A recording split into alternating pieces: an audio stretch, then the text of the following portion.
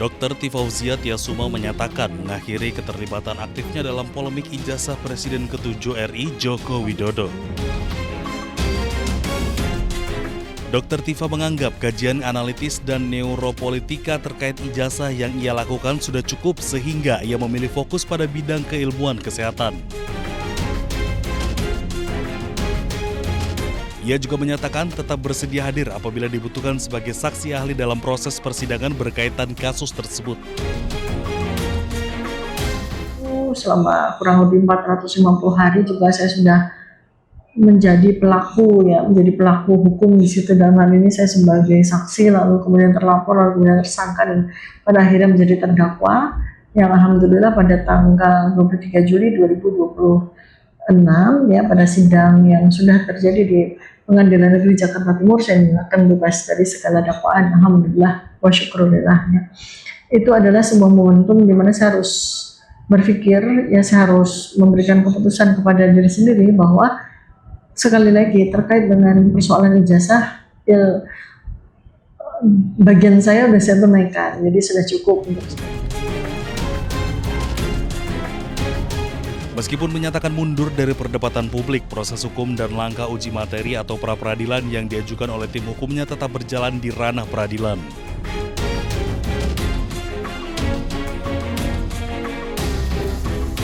Ini senjata anak tahu dia bagaimana caranya?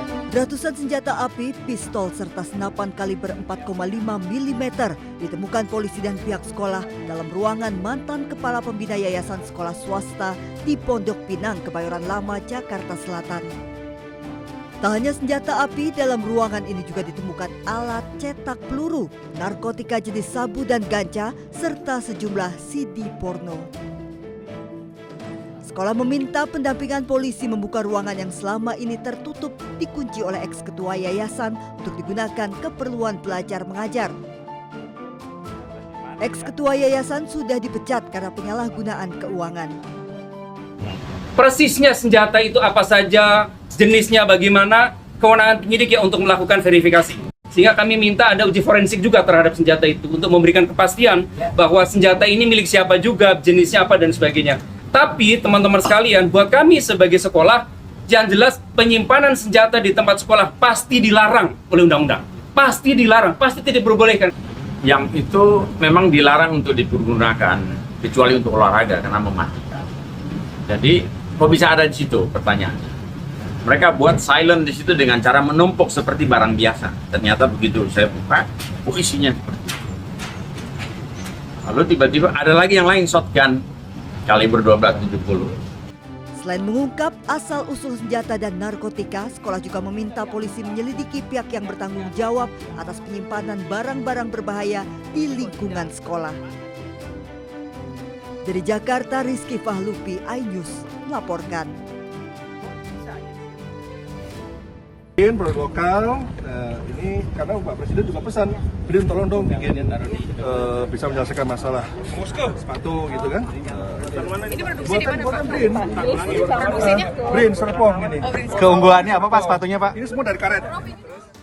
Kepala BRIN Arif Satria memamerkan sepatu inovasi penelitinya sebelum bertemu dengan Presiden Prabowo Subianto di Komplek Istana Kepresiden Jakarta. Ia mengklaim jika sepatu BRIN ini hanya dibanderol seharga Rp75.000 dan sudah siap untuk diproduksi massal. Sepatu produk lokal yang dikembangkan BRIN Serpong ini diharapkan bisa menjawab kebutuhan masyarakat, salah satunya permasalahan alas kaki. Arif juga mengklaim jika sepatu tersebut dibuat dari bahan karet dengan bobot ringan dan harga terjangkau. Bahkan, untuk meyakinkan keunggulan produknya, Arif juga mempersilahkan tim media mencoba langsung sepatu. Nantinya harga sepatu akan bervariasi tergantung motif dan bahan yang digunakan. Namun sebagian besar dibanderol seharga Rp75.000. Meski ada pula varian dengan harga di atas Rp100.000. Sementara itu, pengembangan sepatu ini adalah untuk mendukung kebutuhan program sekolah rakyat. Tim Liputan iNews melaporkan.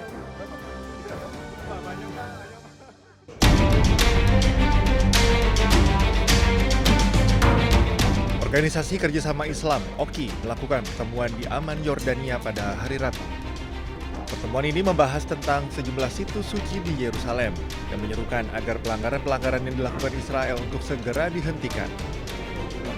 Dalam kesempatan ini, Menteri Luar Negeri Yordania, Ayman Safadi, memperingatkan kebijakan Israel beresiko memicu konflik agama yang berpotensi menghancurkan perdamaian. القدس هي مدينة محتلة ولا سيادة لإسرائيل عليها، وبالتالي لا شرعية لأي من القرارات التي تتخذها في القدس. والقدس تواجه خطرا يتفاقم نراه يتبدى في الاستيطان الذي يتوسع في مصادرة الأراضي التي تستمر في محاصرة حق العبادة للمسلمين وللمسيحيين، في منع المصلين من الوصول إلى أماكن عبادتهم سواء مسلمين أو مسيحيين، وأيضا في ما نراه من سياسة ممنهجة لتغيير الهوية الإسلامية للمسجد الأقصى المبارك الحرم القدسي الشريف. هذه طبعا كل هذه الإجراءات تتم وسط سياسة إسرائيلية أشمل تستهدف تكريس الاحتلال في كل الأرض الفلسطينية المحتلة. لكن ما تقوم به إسرائيل يدفع باتجاه تفجر صراع دوني سيكون له آثارا دمارية ليس فقط على الأمن والسلم في المنطقة ولكن في العالم أيضا. إذا تفجر هذا الصراع الديني وانطلقت معه الدعوات للجهاد العالمي لحماية أحد أكثر 3 أماكن قدسية عند أكثر من ملياري مسلم، لن يستطيع أحد أن يوقف هذا الصراع. ومن هنا كانت دعوتنا للمجتمع الدولي أن يتحرك قبل فوات الأوان. Pertemuan ini menyepakati 3 hal yang harus dilakukan pada prioritas utama. Mendokumentasikan pelanggaran Israel, memperkuat ketahanan rakyat Palestina, dan meminta upaya internasional dalam mendukung Yerusalem.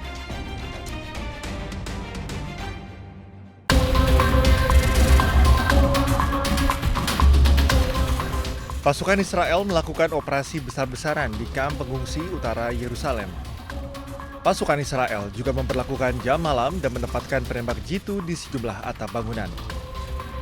Menurut laporan Bulan Sabit Merah Palestina, sebanyak 8 orang menderita luka-luka dalam operasi ini. Beberapa masjid dilaporkan tidak dapat melaksanakan azan dan sholat subuh berjamaah seperti biasa akibat pembatasan yang diberlakukan tentara Israel. Pihak Israel menyatakan operasi ini bertujuan untuk menindak jaringan teror serta mencegah Kalandia menjadi tempat berlindung kelompok bersenjata.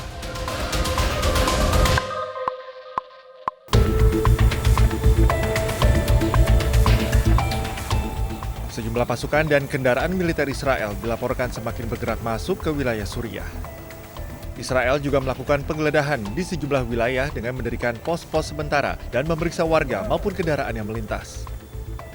Aktivitas militer meningkat di seluruh wilayah pedesaan Dara dan Quneitra dengan laporan berulang kali terjadi penyusupan dan penembakan.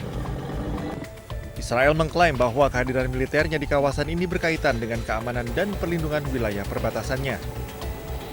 Hingga kini, situasi di wilayah masih terus berkembang. Kekhawatiran akan adanya kemungkinan keterlibatan kelompok bersenjata di daerah ini akan menambah ketegangan dan menjadikan konflik yang lebih besar.